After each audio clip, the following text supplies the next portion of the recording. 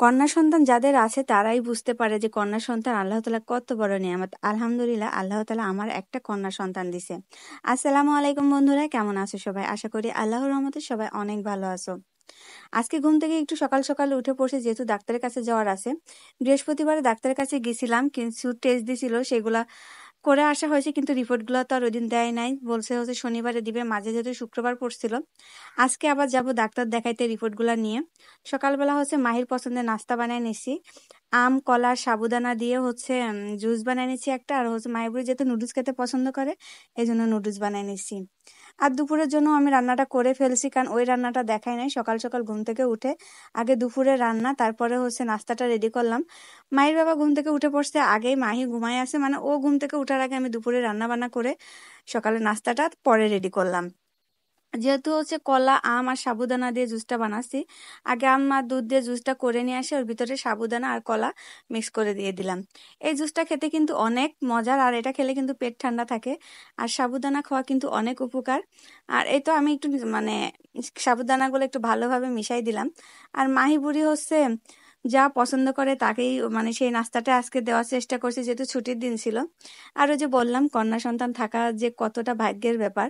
আজকে যেহেতু আমি ডাক্তারের কাছে যাব, এই জন্য মাহি আমার সবকিছু মনে করাই দিছে, আম্মু এটা নাও, এটা লাগবে। আর আমার একটু অসুস্থতা দেখলে পারে ও আমার কোনো কাজে বিরক্ত করে না, কোনো কিছু আবদারও করে না। নিজে গোসল করে নিজের জামা কাপড়গুলা নিজে ধুয়ে দেয়। আমার কাছে এসে জিজ্ঞাসা করে, আম্মু তোমার কি লাগবে, তুমি কি খাবা, আমার কাছে এসে জিজ্ঞাসা করে।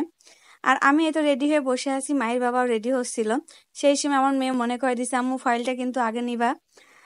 আর এই তো আমরা এখন তিনজনে বের হয়ে যাচ্ছি হসপিটালের উদ্দেশ্যে।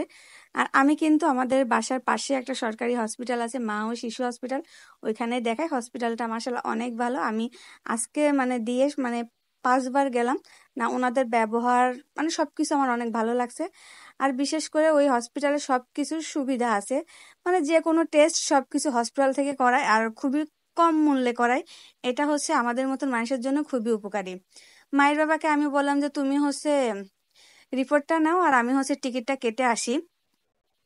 ও হচ্ছে মায়ের বাবা সিরিয়ালে দাঁড়াইছে রিপোর্ট নেওয়ার জন্য। রিপোর্টটা সকাল 11:30 থেকে দেওয়া শুরু করবে।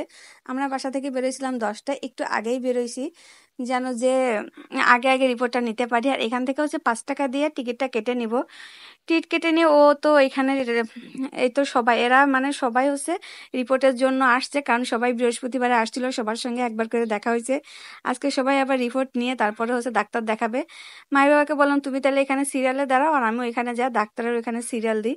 যে দেখি মানে এত মানুষ, আমি হচ্ছে কত নাম্বার 28 না, সম্ভবত 28 কি 27 এরকম হবে, এত নাম্বার সিরিয়ালে পড়ছি।